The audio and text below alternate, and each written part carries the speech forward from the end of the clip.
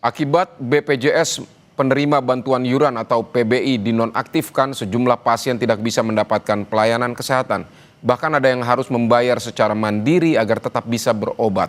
Dalam program Sapa Indonesia pagi hari ini, anggota Komisi 9 DPR RI fraksi PDI Perjuangan, Edi Wuryanto, mengatakan 11 juta harus diaktifkan kembali. Jangka panjangnya, Mensos harus memperbaiki data.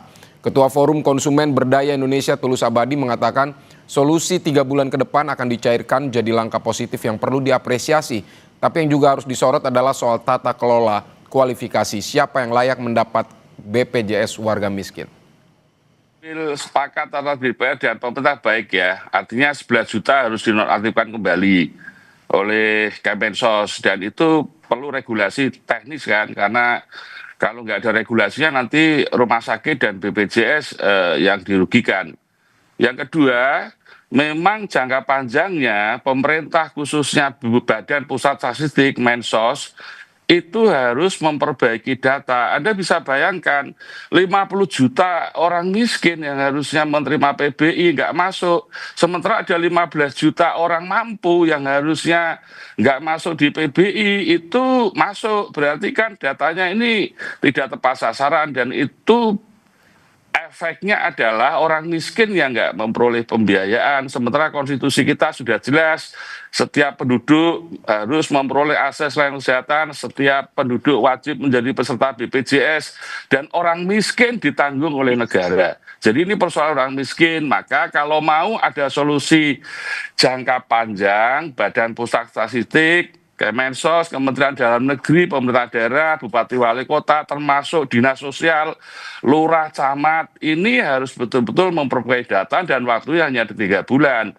Saya pesimis dengan 3 bulan itu karena pengalaman selama ini persoalan data ini nggak selalu diselesaikan dengan baik.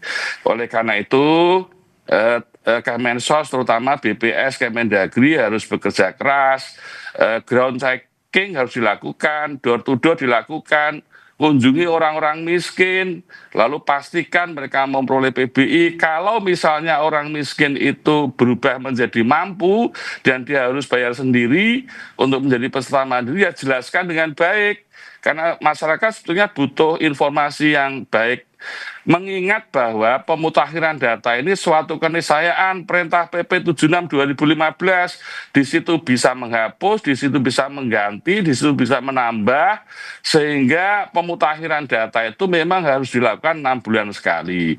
Maka kalau hulunya ini nggak diperbaiki dengan baik oleh Kemensos dan BPS, yang kena siapa? Kemenkes, BPJS, Direktur Rumah Sakit, pasien, lalu perawat yang selama ini menangani pasien, hubungannya dengan pasien dekat sekali menjadi tumpahan kemarahan.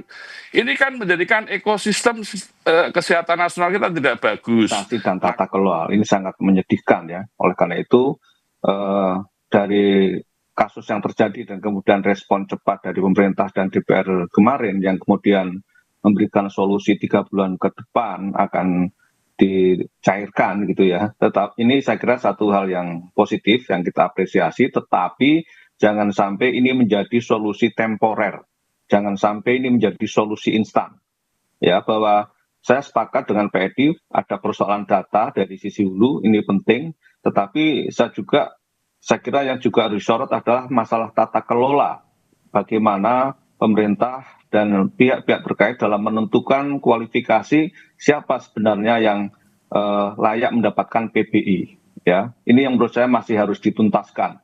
Misalnya ya, ada indikator yang menurut saya juga bagus, orang yang dengan indikator medis kronis itu mestinya dimasukkan dalam penerima PBI. Karena dengan kondisi ekonomi makro yang saat ini menurut saya belum baik-baik saja, kemudian ada 11 juta orang yang mengalami peningkatan ekonomi, saya masih ragu ya kalau kemudian orang tersebut 11 juta itu dikeluarkan dari status PBI karena kemudian mengalami peningkatan ekonomi.